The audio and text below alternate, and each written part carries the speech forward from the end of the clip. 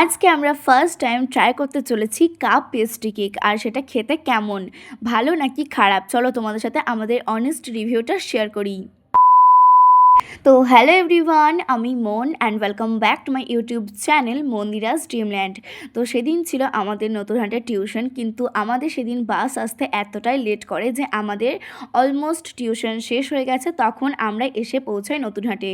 তাই তখন তো আর কিছু উপায় নেই আমাদের কাছে, তাই আমরা চলে গিয়েছিলাম নতুনহাটে আমাদের ফেভারেট ফুচকার দোকানে ফুচকা খাওয়ার জন্য। আর এখানে এসে মাত্রই আমরা অর্ডার করে দিয়েছিলাম 1 প্লেট দই ফুচকা।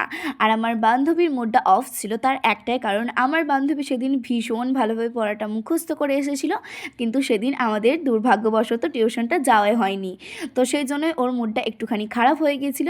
আর আমার তো সেদিন মজাই মজা ছিল, কারণ আমি সেদিন পড়া করেই যাইনি।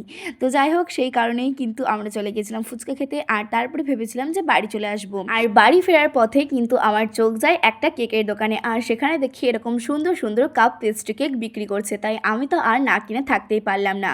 আমাদের এখানে নর্মাল পেস্ট্রিগুলো নেয় 40 টাকা, আর এটা আমার কাছ থেকে নিয়েছিল 30 টাকা মতো। আর সত্যি কথা বলতে গেলে এটা কিন্তু টেস্টেও অনেকটা সুন্দর ছিল। তোমরা কি কখনো ট্রাই করেছো? ট্রাই করলে কিন্তু অবশ্যই আমাকে কমেন্টে জানিও, আর সাবস্ক্রাইব করতে কিন্তু একদম ভুলো না।